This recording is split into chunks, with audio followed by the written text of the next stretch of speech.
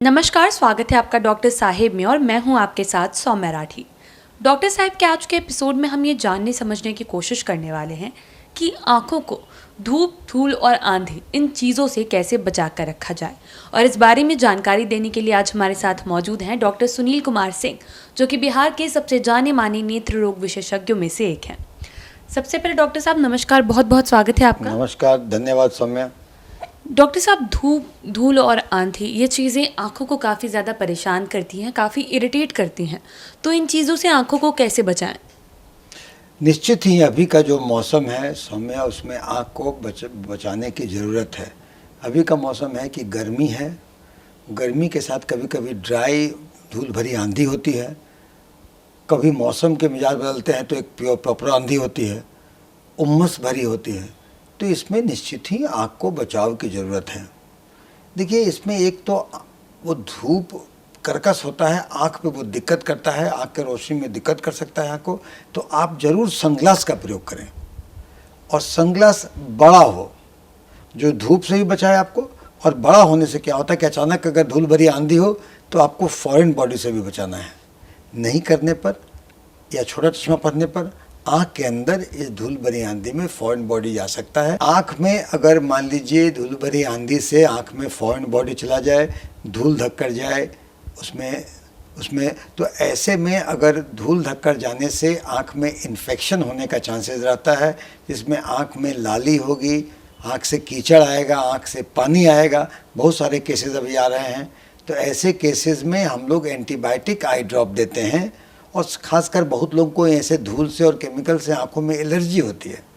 तो एलर्जी होने से आँख लाल होगा, आँखों में दर्द होगा, खुजली होगा और धूप देखने में ख़राब लगेगा। तो उनको हम लोग एंटी एलर्जिक आई ड्रॉप या कभी कभी स्टेरॉइड आई ड्रॉप भी देते हैं।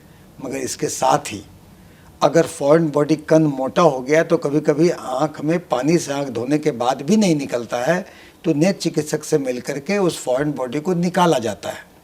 तो इन सब चीज़ों से बचाव में अगर आप चश्मा पहनते हैं तो बड़े फ्रेम का पहने, नहीं पहनते हैं धूप चश्मा ज़रूर लगाएं आपको कि आँखों को बचावट हो। इसके साथ ही अभी देखेंगे तो ये उमस भरी भी है।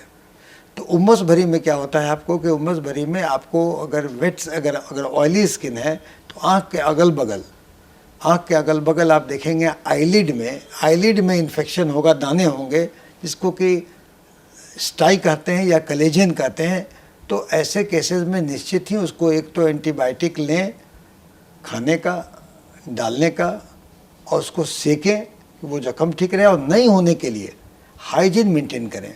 मतलब ये कि आप रात में सोते वक्त ज़रूर साबुन से मुंह धो करके उसको रखें ताकि वो और हाथ साफ़ रहे, आपका रुमाल साफ़ रहे, ताकि ये उमस में जो पसीने भरी होता है तो उस पसीने भरी से भी आपका ड्राइनेस रहे और ठीक ठाक आपका त्वचा ठीक रहे और आपको आँखों में दिक्कत ना हो।